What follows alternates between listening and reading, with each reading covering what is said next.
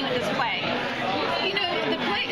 It's not a season of the plague. The plague is going to come and go, but it's the first test of leadership. And you know, Francis has left the court, and actually the power then goes to Mary. But it's a time of ruthless choices, and no one makes those better than Catherine. And I think Mary knows it. So, you know, the first episode is very much about trying to contain the plague, and then Mary's going to realize that one of the things she needs to contain even more than the plague is Catherine.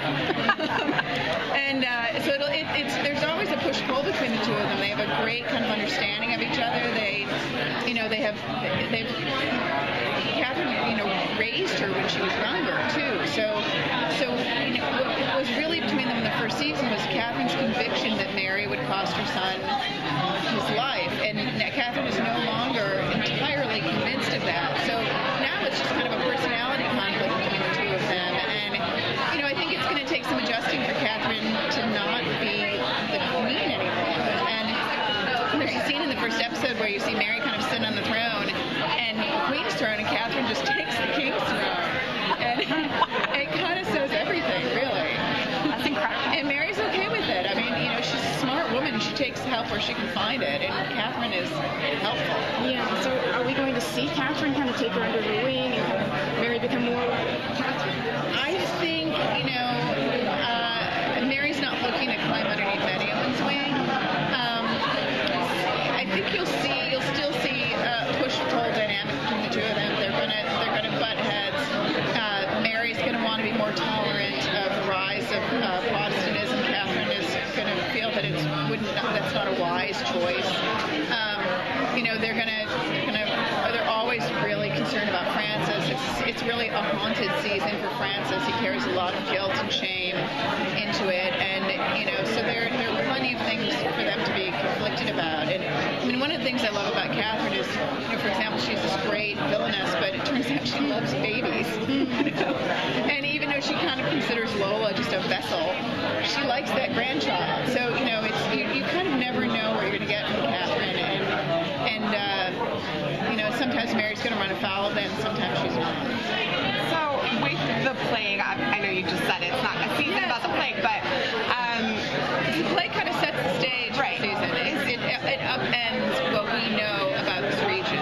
Are there going to be kind of is it going to make the castle walls kind of insular, or are we still going to see people coming in from outside, or are we going to have the outside? Initially there's going to be we're playing it as a contagion, really, and so initially they're going to lock down the castle walls, but I think as you all saw in the clip, it's a little bit too late. So, and after that, the court is really going to need the surrounding regions. It's going to need the nobles who can provide grain and money and armies to them. So, it's a season where we learn because of the plague, because there'll be a famine that follows that, because people just can't tend the lands, that they are in fact beholden to the nobles for their rule.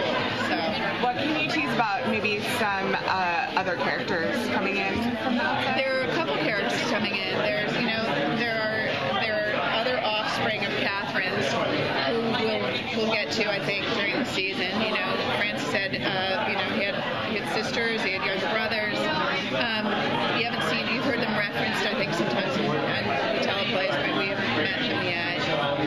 There will be a face to kind of the rise of the Protestants in the character of a guy named Louis Conde, who's played by an actor named Sean Teal, who's gorgeous and clever, and what his goals in court is questionable. There's a new leading man named Narcisse, Stefan Narcisse, who is kind of the face of the old guard although he's not old himself, he's very sexy.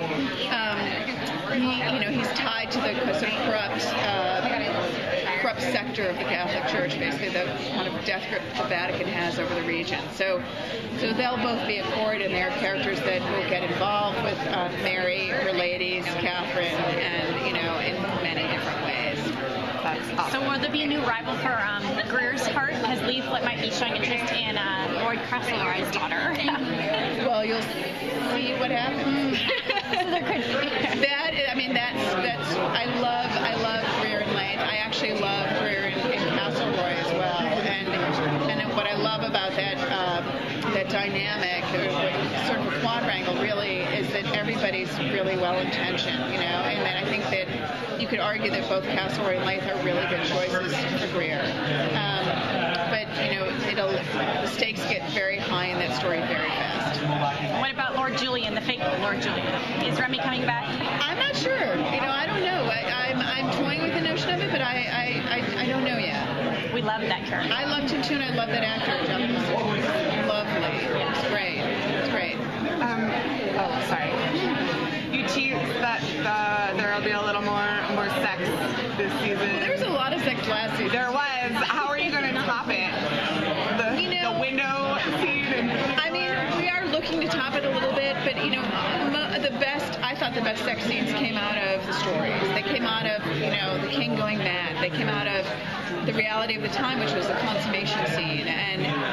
But I think that we still have characters who are young and vital and looking for, freedom, and they can find freedom in their erotic lives. So we'll be exploring that on an ongoing basis. And it's also it is about power, that when women so disempowered at the time, sex is a tool. It's a tool to, have power over women, and it's also a tool, obviously, for women to have power over men. So it's not going anywhere, the sexuality on me.